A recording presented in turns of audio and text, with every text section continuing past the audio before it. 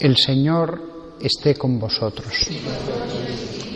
Lectura del Santo Evangelio según San Lucas. En aquel tiempo se acercaron a Jesús unos saduceos que niegan la resurrección y le preguntaron: Maestro, Moisés nos dejó escrito: si a uno se le muere su hermano, dejando mujer pero sin hijos, cásese con la viuda y dé descendencia a su hermano. Pues bien, había 7 hermanos. El primero se casó y murió sin hijos, y el segundo y el tercero se casaron con ella, y así los 7 murieron sin dejar hijos. Por último murió la mujer. Cuando llegue la resurrección, ¿de cuál de ellos será la mujer? Porque los 7 han estado casados con ella.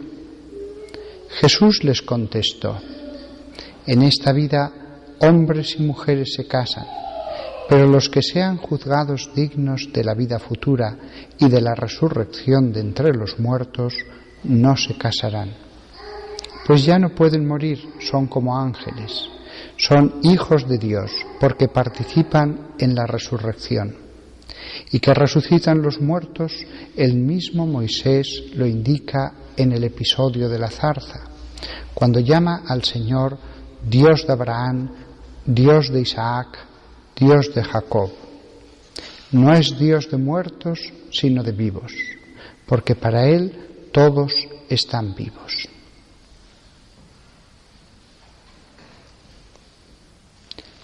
Palabra del Señor.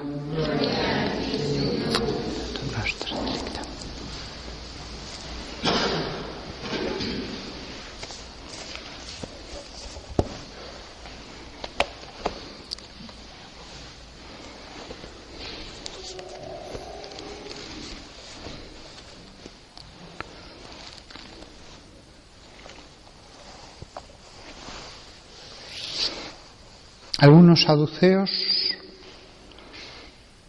le preguntaron a Jesús. Mañana nos centraremos en esa palabra, los saduceos. No está especificada allí por casualidad. Pero lo primero es que le dicen: Maestro, Moisés escribió para nosotros. Maestro. Ellos le reconocen como maestro. Nosotros tenemos al maestro aquí. Lo tenemos en la iglesia. Lo tenemos enseñándonos. Lo mismo que lo tenían los discípulos, los apóstoles, etc. Y continúa. Moisés escribió para nosotros. También tenemos a Moisés, también tenemos a los profetas. Lo dice el final del Evangelio. Dios es un Dios de vivos. Los profetas, Moisés, los apóstoles siguen vivos y siguen enseñándonos aquí, en la iglesia. Solamente tenemos que pedirle al Señor que nos hable, tenemos que escuchar. Después, la pregunta que les hacen es: ellos no creían en la resurrección. Entonces, dicen, bueno, se casaron 7 hombres con una mujer, moría uno, se casaba otro, moría otro, se casaba otro con ella. Al final, ¿con quién estará en el cielo? ¿De quién será mujer en el cielo? Bueno, esto es interesante porque ellos están trasladando los criterios de posesión de la tierra al cielo. Ellos, los saduceos, lo que les importaba era la vida en esta tierra, las cosas de esta tierra. Veían a la mujer no como un igual, no como el compañero de la vida, la veían como una propiedad, la veían como algo que tenían que dar una dote y entonces la aceptamos, si no hay dote no la aceptamos. La veían, pues eso, como el ganado, la casa, etc. Y entonces lo que les importa es de quién es esta mujer, porque ellos entienden el más allá con los criterios de aquí, trasladan los criterios de posesión al más allá. Hay una palabra que quizás pase desapercibida en las traducciones al español, y es la palabra griega aion, que significa edad, era, una era de tiempo, una edad. Cuando se usa esta palabra en el Nuevo Testamento, se contrapone esta era, esta edad en la que estamos, frente a la futura de después del tiempo, después de la venida de Jesucristo, del juicio final. Y entonces dice Jesús: los hijos de esta edad se casan y son dados en matrimonio. Y después dice: pero aquellos considerados dignos de un lugar en esa edad no se casarán ni serán dados en matrimonio. Se contrapone los hijos de esta edad frente a los que sean considerados dignos en la otra edad. Son dos edades. No es este mundo solo que con Dios. Son dos eras totalmente distintas. Y en el texto griego original dice los hijos de esta edad, frente a los que son considerados dignos. Los hay que son plenamente hijos de esta edad y solo hijos de esta era, y viven para esta era, viven en esta era y solo para esta era. Tienen su corazón puesto en este mundo y ya está. Y si piensan en el cielo con criterios de este mundo. Al hablar de lo que vendrá después dice los que sean considerados dignos. No está hablando de derechos, no está hablando como yo tengo que... No. Los que sean considerados dignos de la otra edad, en esa edad, y de la resurrección de los muertos. Resurrección de los muertos. La muerte frente a una nueva vida. Mientras que el criterio mundano, ellos están muertos al espíritu. Por eso Jesús dijo: deja que los muertos entierren a sus muertos. Están muertos al espíritu. Por eso les es tan difícil entender la nueva edad, la nueva Jerusalén.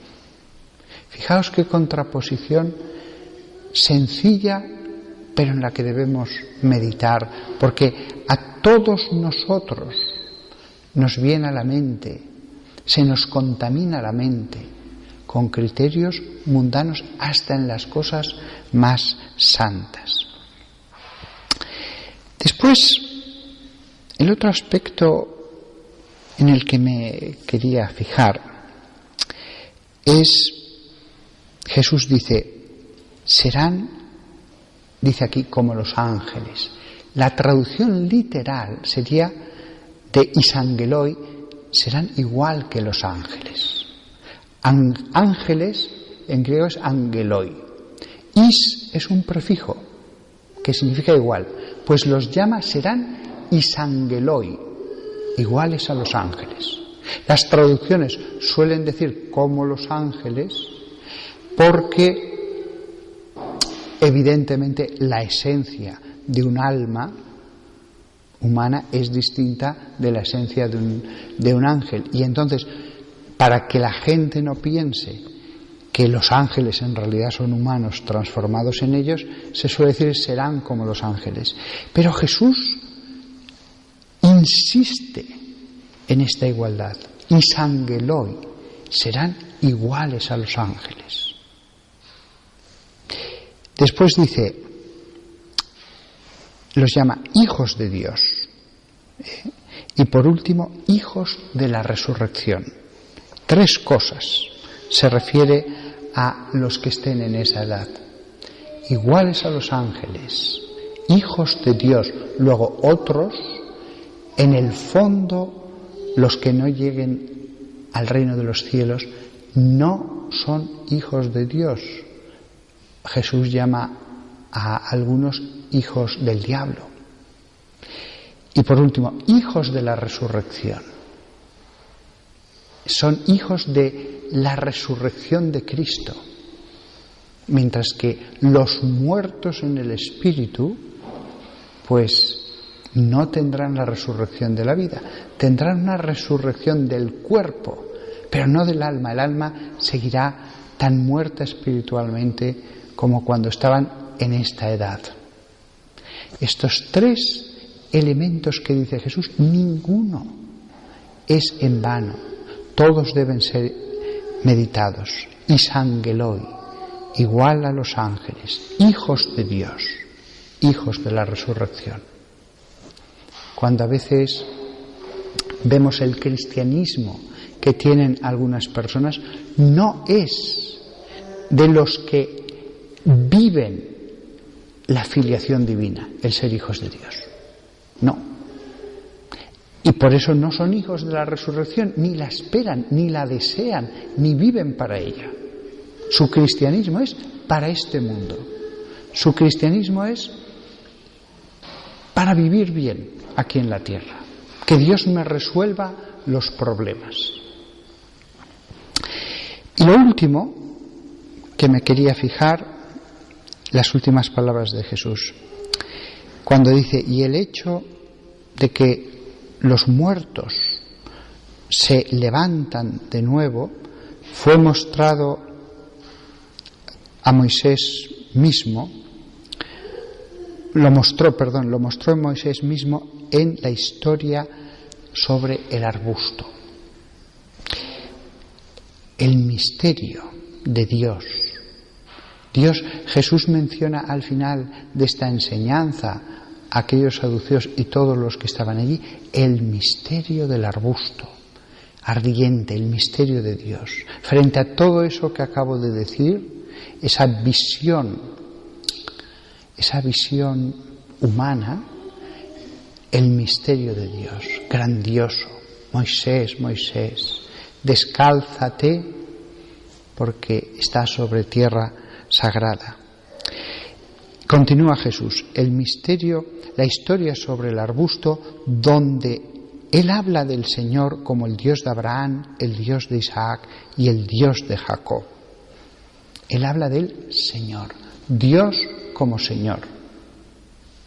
En los saduceos persistía la idea del yo, la posesión de quién es esta mujer. En el encuentro de Moisés con Dios, Él es el Señor.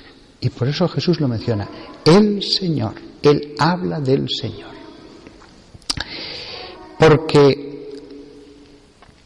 Ahora Él es un Dios no de los muertos, sino de los vivientes. Porque para ellos están todos vivos. Cuando leemos las Escrituras, yo a veces pues me encomiendo a la samaritana, si está en el cielo, a Zaqueo, que subió a aquel sicomoro, a todos los personajes, porque están vivos. Leemos una historia de gente viva que nos escucha y que nos mira y que si le llamamos está presente en la Eucaristía, en nuestras celebraciones. Así que vivamos la misa como una celebración de vivos, sabiendo que están aquí. Y recordemos esta edad frente a la otra edad. Los hijos de Dios, los hijos de la resurrección.